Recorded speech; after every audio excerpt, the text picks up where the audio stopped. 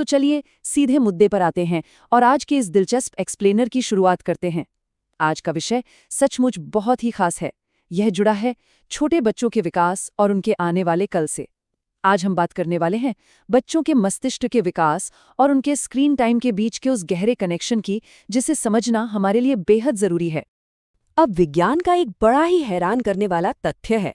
क्या आपको पता है कि 7 साल की उम्र से पहले एक बच्चे का दिमाग पूरी तरह से विकसित नहीं होता?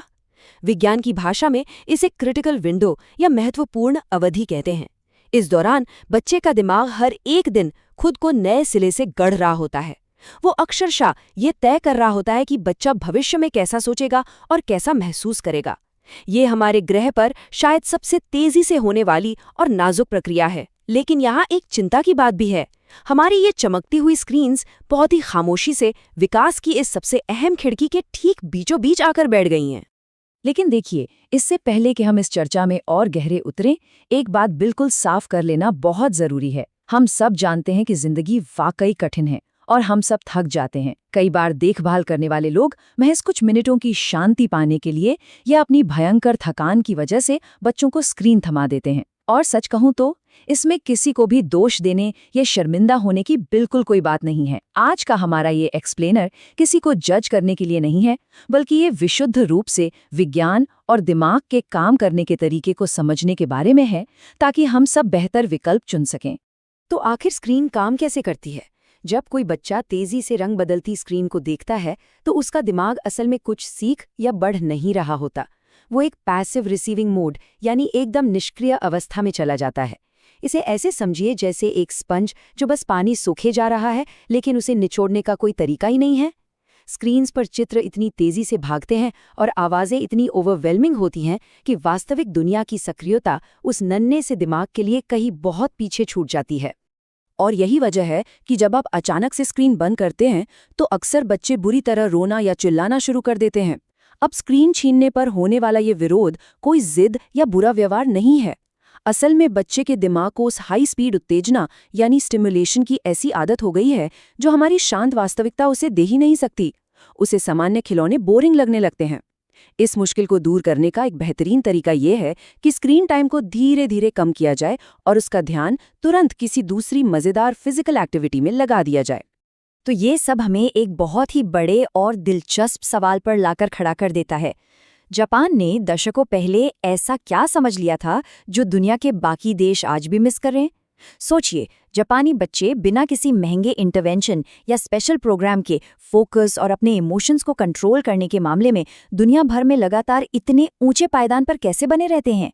इस शानदार रहस्य का जवाब है कोडावारी। ये एक बेहद गहरा जापानी दर्शन और जीवन शैली है। इसका सीधा सा मतलब है बहुत ही साधारण चीजों पर अपना पूरा ध्यान लगाना और उन्हें धीमी गति से एक स्पष्ट उद्देश्य के साथ करना। 7 साल से कम उम्र के बच्चों की परवरिश के लिए जापानी लोग इस फिलॉसफी को हर एक दिन अपनाते हैं। ये कोई जादू नहीं है, बस जानबूझकर किए गए कुछ छोटे, धीमे और साधारण काम हैं जो कमाल का असर दिखाते हैं। और ये बात इस टेबल को देखकर बहुत ही शानदार तरीके से समझ में आती है कि कैसे केवल 4 जापानी दैनिक गतिविधियां सीधे तौर पर दिमाग के पावरफुल स्किल से जुड़ती हैं। स्टैकिंग और बिल्डिंग गेम से प्रॉब्लम सॉल्विंग बढ़ती है, कहानी सुनाने से कल्पना और भाषा मजबूत होती है, शारीरिक खेलों से फोकस बढ़ता है और साधारण बातचीत से इमोशनल इंटेलिजेंस। चलिए, बिना देर किए इन चारों को एक एक करके थोड़ा करीब से समझते हैं। सबसे पहले बात करते हैं हमारी पहली एक्टिविटी की, स्टैकिंग और बिल्डिंग गेम्स, यानी ब्लॉक से कुछ बनाना और गिराना। होता यह है कि जब छोटे छोटे हाथ इन लकड़ी के ब्लॉक्स से कुछ बनाते हैं तो वे असल में अपने छोटे से दिमाग का निर्माण कर रहे होते हैं। वे दिमाग के उन हिस्सों को ट्रिगर करते हैं जहां कोई भी डिजिटल स्क्रीन कभी नहीं पहुंच सकती। और सबसे अच्छी बात, इसके लिए किसी महंगे गियर की बिल्कुल जरूरत नहीं है। स्क्रीन को हटाने के लिए ये 3 बेहद साधारण घरेलू विकल्प काफी हैं। स्टैकिंग के लिए लकड़ी के ब्लॉक्स, बैलेंस बनाने के लिए फर्श पर खींची गई टेप की एक सीधी लाइन और फेंकने के लिए एक सॉफ्ट बॉल। यानी बिना एक भी पैसा खर्च किए दिमाग का अविश्वसनीय विकास। है ना कमाल की बात? अब आते हैं दूसरी एक्टिविटी पर, जो है बिना स्क्रीन के कहानी सुनाना। आप चाहे 3 मिनट की कोई अजीब सी कहानी ही क्यों ना सुनाएं, जैसे कि बिजली से डरने वाले एक छोटे से बादल की कहानी, जब कोई स्क्रीन नहीं होती तो बच्चे के दिमाग को अपनी खुद की इमेजेस बनाने की भारी भरकम मेहनत करनी पड़ती है। तो यहाँ सबसे अहम पॉइंट ये है कि स्क्रीन वाली कहानियाँ दिमाग को सब कुछ मानो एक चांदी की थाली में सजाकर दे देती हैं, जबकि मुंह से सुनाई गई कहानियाँ दिमाग को अपना खाना खुद पकाने पर मजबूर करती हैं। और विज्ञान भी यही कहता है कि जो दिमाग बचपन में अपना खाना खुद पकाना सीख जाता है वो जीवन भर के लिए एक बेहतरीन प्रॉब्लम सॉल्वर बन जाता है।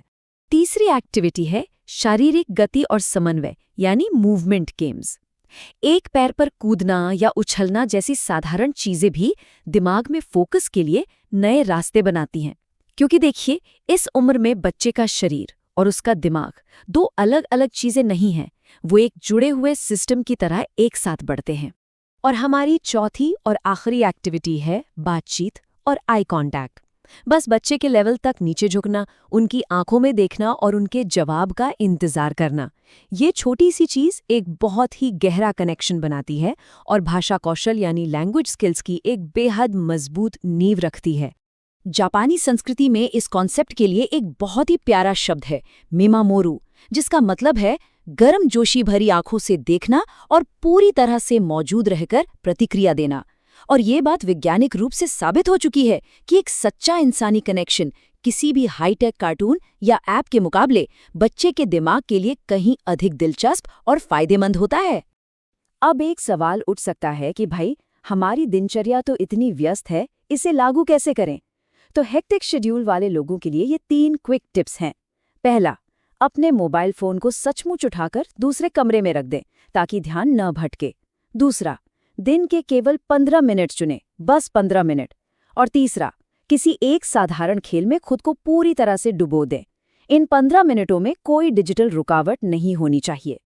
जी हाँ, केवल 15 मिनट। इस पूरी तकनीक का निचोड़ यही है। इसके लिए आपको कोई परफेक्ट पेरेंट बनने की या कोई असंभव सा रूटीन फॉलो करने की बिल्कुल ज़रूरत नहीं है। ये सिर्फ दिन के उन 15 मिनटों के बारे में है जब आप जानबूझकर स्क्रीन के बजाय उस विकासशील दिमाग को चुनते हैं, क्योंकि दिमाग हर दिन आकार ले रहा है और ये छोटा सा समय एक बहुत बड़ा निवेश है। तो इस एक्सप्लेनर को खत्म करते हुए एक बहुत ही अहम सवाल मैं यहाँ छोड़ना चाहूँगा। क्या आज का दिन वो दिन होगा जब 15 मिनट की ये स्क्रीन फ्री और फोकस्ड शुरुआत होगी? बच्चों का विकास बहुत ही तेजी से हो रहा है और उन्हें वो शानदार भविष्य देने का मौका हमारे पास हर दिन आता है। इस पूरे विश्लेषण में हमारे साथ जुड़ने के लिए बहुत बहुत धन्यवाद। इसी तरह नई चीजें सीखते रहें और उन्हें अपने जीवन में उतारते रहें।